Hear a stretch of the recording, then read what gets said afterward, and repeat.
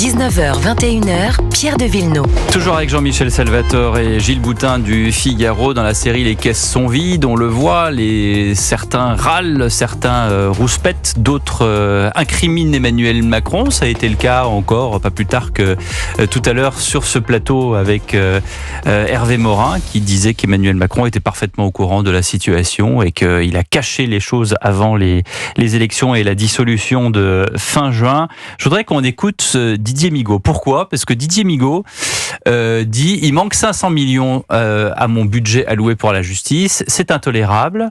Et si j'ai pas les 500 millions, je sors du gouvernement, tout simplement. » Écoutez, le ministre de la Justice, c'était ce matin sur RTL. Si on en reste à la lettre plafond, oui, je ne vois pas ce que je ferai encore au gouvernement, mais j'ai eu des assurances du Premier ministre et je lui fais totale confiance. Il est tout à fait conscient de cette situation. Et mercredi, verdict sur 500 millions de plus ou 500 millions de moins. Et si Didier Migaud, Jean-Michel Salvatore, qu'est-ce qui fait le ministre de la Justice ? Est-ce que c'est pas un prétexte, cette histoire de 500 millions ? Je suis assez de votre avis.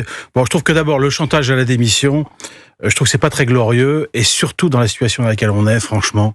Bon, je pense qu'on peut essayer d'avoir d'autres arguments, mais si vous voulez, quand on est socialiste, on a la religion de la dépense. Et quand on vous refuse la dépense, c'est insupportable. Bon. Donc ça, c'est un peu pour l'anecdote. Sur le fond, moi je pense que il a peut-être envie de s'en aller parce qu'il voit bien que la ligne qui prévaut au gouvernement et dans la tête de Michel Barnier, c'est la ligne Retailleau. Et d'ailleurs, Michel Barnier a annoncé qu'il allait faire un déplacement avec Bruno Retailleau vendredi. Ils vont afficher d'une certaine façon leur bonne entente. Il va y avoir cette loi sur l'immigration qui a été confirmée. Donc évidemment que la balance est en train de pencher du côté du ministère de l'Intérieur. Gilles Boutin. On se demande si Didier Migaud avait bien conscience du gouvernement dans lequel il entrait. À deux titres, parce qu'il y a d'une part la question budgétaire, effectivement, il était au courant que la situation était compliquée et que les coups de rabot allaient arriver et que même si son prédécesseur avait crié à la trahison si jamais on coupait dans les dépenses, tout cela n'a rien de surprenant et tout se passe tel on pouvait l'anticiper. Le deuxième aspect, comme vous dites, c'est sur l'orientation politique. Qu'allait donc faire un socialiste dans ce gouvernement quand on sait qu'il bénéficie du soutien tacite du RN, c'est-à-dire qu'il ne survit que parce que le RN veut bien ne pas voter la censure, et que donc il y a des orientations qui sont nécessairement prises et qui vont dans le sens de plus de rigidité, plus de rigueur sur notamment la question migratoire, qui est un sujet central. Ça interroge donc sur la lucidité de Didier Migaud au moment d'accepter le poste et sur le choix de Michel Barnier. Pourquoi avoir choisi ? Alors, faut-il aller imaginer des coups de billard extrêmement complexes en se disant qu'il va enfin pouvoir se débarrasser de son ministre de la Justice et en mettre un plus à droite puisque le socialiste ne veut pas venir. Là, c'est vraiment des conjectures, c'est un peu trop poussé.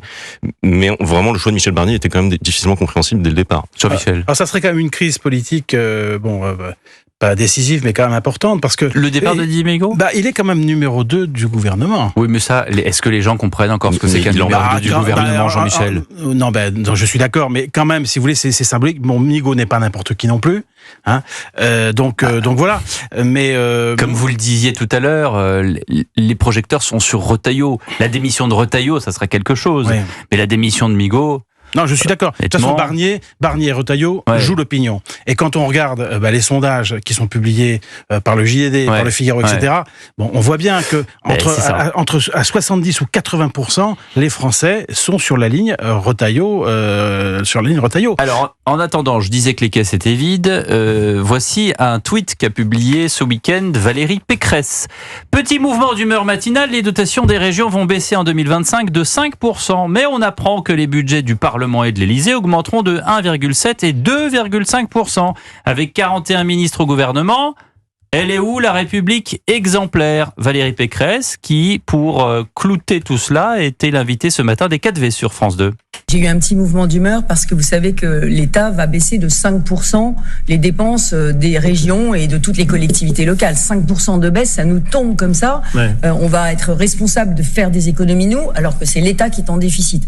Alors, quand j'ai vu qu'il y avait 2,5% de hausse pour l'Élysée, 1,8% pour le Parlement, j'ai dit, eux aussi moins 5, économie pour tous. Et alors, du coup, j'ai vu que le ministre des Finances avait dit, effectivement, la République doit être exemplaire, et donc, il faudra des amendements au Parlement.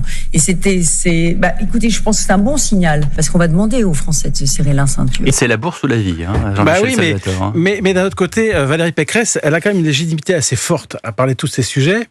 Bon, bien sûr, elle a été ministre du budget il y a quelques temps, mais surtout, pendant sa campagne présidentielle, elle avait dit que Macron avait cramé la caisse. Bon, et c'est vrai que c'est une phrase qui avait vraiment qui avait surpris. Et aujourd'hui, elle est tout à fait légitime à soutenir qu'il a effectivement cramé la caisse et demander à ce que la République soit exemplaire. C'est bien le moins, comme dirait François Hollande. Gilles Boutin. Oui, et puis derrière, elle prolonge en disant qu'il faut bien que tout le monde paye. Et là-dessus, je suis assez d'accord avec elle, c'est-à-dire que c'est pas pour des histoires de quelconque justice ou justice fiscale, qui est une notion en elle-même qui peut être analysée et contestée à certains égards. Elle a raison de dire que tout le monde doit contribuer. On est dans une situation extrêmement complexe. Certes, il y a des coupables, des personnes qui n'ont pas communiqué en temps et en heure sur la situation. Donc, on parlait de Bruno Le Maire et peut-être d'Emmanuel Macron, comme vous le disiez, Jean-Michel. Mais derrière, il y a une situation à gérer. Je pense que Michel Barnier a besoin d'avoir une certaine concorde derrière lui pour mener sa mission, qui va être la mission et la dernière de sa vie politique.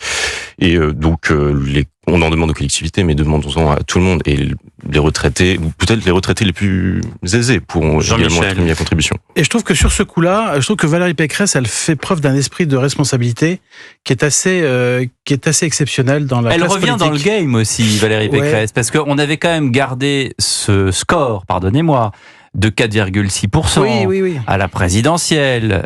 On se souvient de son zénith qui est, je pense, dans les annales des discours ratés pour la présidentielle.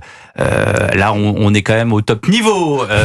Là, elle revient dans le game avec des petites anecdotes et avec le cramer la caisse, etc. Non, mais sur le fond, Pierre, parce que quand même, quand elle dit moi, on m'impose moins 5%, je trouve ça scandaleux. J'ai fait beaucoup d'efforts. Mais j'accepte parce que le bateau France est en train de couler. Moi, je trouve qu'elle fait, elle fait preuve d'un esprit de responsabilité qu'on aimerait voir chez Attal et chez les autres. Sur le fond, il n'y a aucun problème. Voilà. C'est sur la forme qu'il y a eu quelques problèmes par le passé. Non, on a quelques instants quand même pour vous diffuser Jean-Philippe Tanguy qui était sur Public Sénat ce matin pour parler du procès des assistants parlementaires du RN. Marine Le Pen est totalement innocente de ce qu'on lui reproche, mais moi, ce qui me révolte, c'est que nos adversaires politiques au niveau européen, M. Schulz, président du Parti socialiste européen, un certain nombre de technocrates bruxellois tentent de salir une honnête femme qui s'est battue pour la France depuis des années et lui fait passer des épreuves qu'elle ne mérite pas. Et d'ailleurs, nos adversaires aussi, parce que M. Bayrou ne méritait pas non plus ce sort. C'est un procès politique ? Bien sûr que c'est un procès politique. Nos adversaires politiques du Parlement européen ont décidé de faire un procès aux trois forces politiques qui s'opposaient à l'eurocratie. Le modem de M. Bayrou, qui était pro-européen mais anti-bureaucratie européenne, le Rassemblement national de Marine Le Pen et M. Mélenchon aussi, qui lui aura son procès après. Jean-Philippe Tanguy est-il un bon avocat de Marine Le Pen, Gilles Boutin ? Je pense qu'il n'est là-dessus, il n'est pas très performant et Marine Le Pen ne l'a pas été non plus.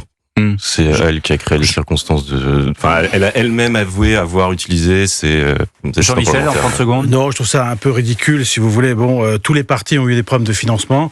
C'est au tour du Rassemblement national. Je pense que la seule question qui vaille aujourd'hui, bien sûr que le Rassemblement national va être condamné d'une façon ou d'une autre, puisque les détournements portent sur à peu près 7 millions et qu'il y a des preuves qui sont incontestables. La seule question qui vaille, c'est est-ce que Mme Le Pen sera inéligible, oui ou non. Elle pourra faire 2027 ou pas. Merci beaucoup Jean-Michel, merci à vous Gilles Boutin. Dans un instant, les enfants d'Europe 1.